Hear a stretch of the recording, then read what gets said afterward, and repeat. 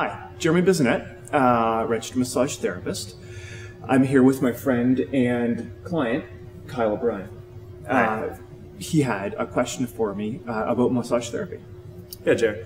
So when I come to see you, a lot of times I find that I have these common themes in my body which are called trigger points. And I wanted to ask you, really, what are trigger points? Well, a trigger point is essentially a knot in a muscle.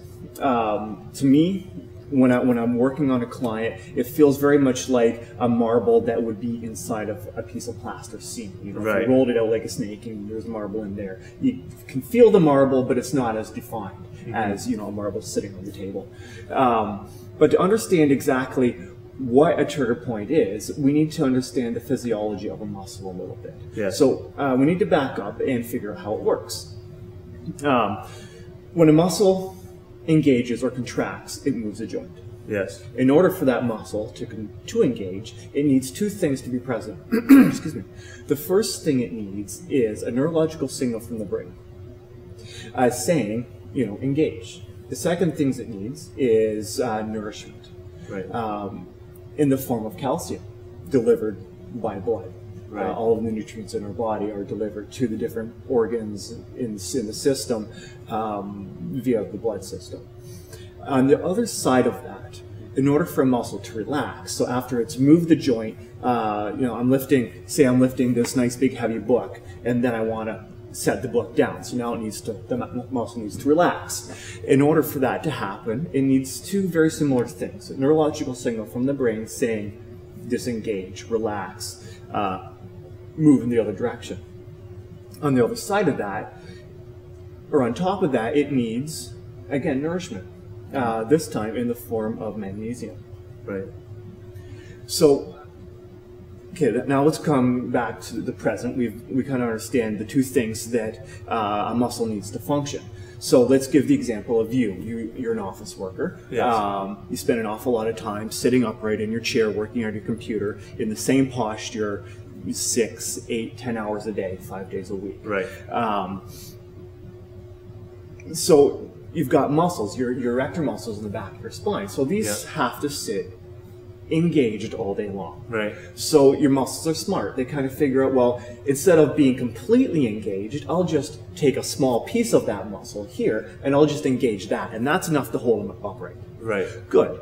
Yeah. Except for now we've got this one little piece of muscle that's engaged all day long. Yes. So tight that it's constricted, and now the blood flow doesn't get in there as well. Right. And you've done this all day. Right. All day yesterday and all day tomorrow. We've been doing this for, what, 5 years now you've been working in this industry? Yeah.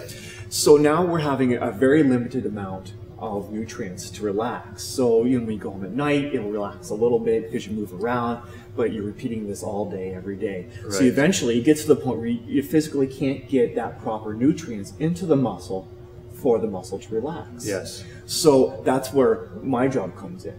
As a massage therapist, I essentially, if you don't mind, not here, I go in and I just force. And that's part of where some of the pain comes from when I'm doing massage therapy treatment, is I'm literally pulling those fibers of the muscle apart. Right. So that the blood can flow in there. And at the same time, you'll notice I move in, I put a lot of bit of pressure, and then I do some pumping, and that forces some blood in. Right. And that physically forces or allows that muscle knot to relax. Right.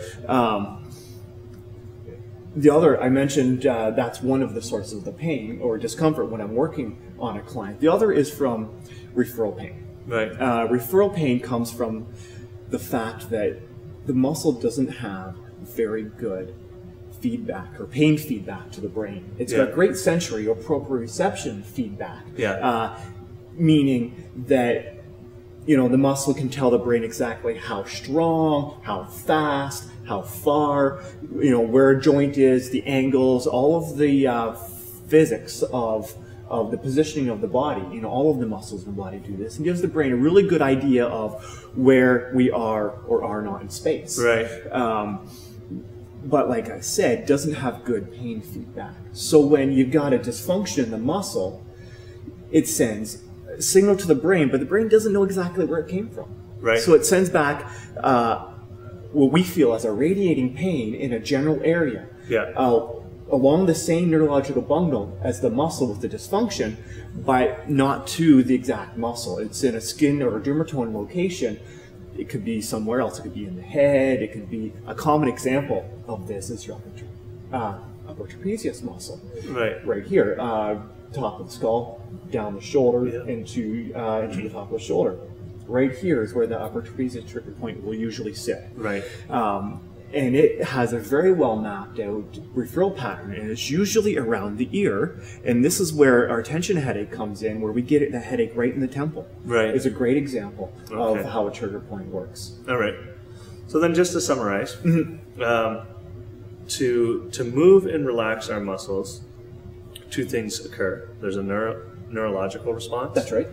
Signal. And then there's in the motion of activation, calcium is then sent and distributed to that. That's close. That's close. But the calcium is always in the blood system. Okay. Because there's no calcium being delivered specifically for that, but the calcium is always in the blood system. So that's the tool that is being used. That's right. That's in the tool the that's engagement being, process. Yes, okay. It's part of the neurological signal. And then in the relaxation process, magnesium is the tool that is used to help relax. That's right. So then, as we engage in particular activities throughout the course of our day, oftentimes being in a particular career or profession, there are certain activities we do repetitively, time and time again, which requires us to engage particular muscles on an ongoing basis. That's correct. And so when a particular muscle is engaged for a prolonged period of time, since our muscles are intelligent, they often create these shortcuts in order to enable them to maintain this sort of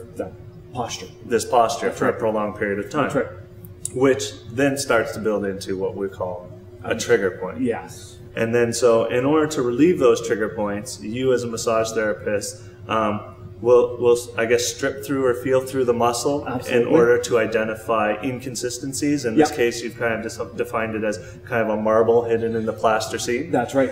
And then from there, once you identify those areas, you will essentially give a little more attention, potentially apply a little more pressure, help the blood flow work through those areas to essentially alleviate that trigger point, which will allow our blood and body system to now nourish areas that it wasn't reaching as well before. Exactly.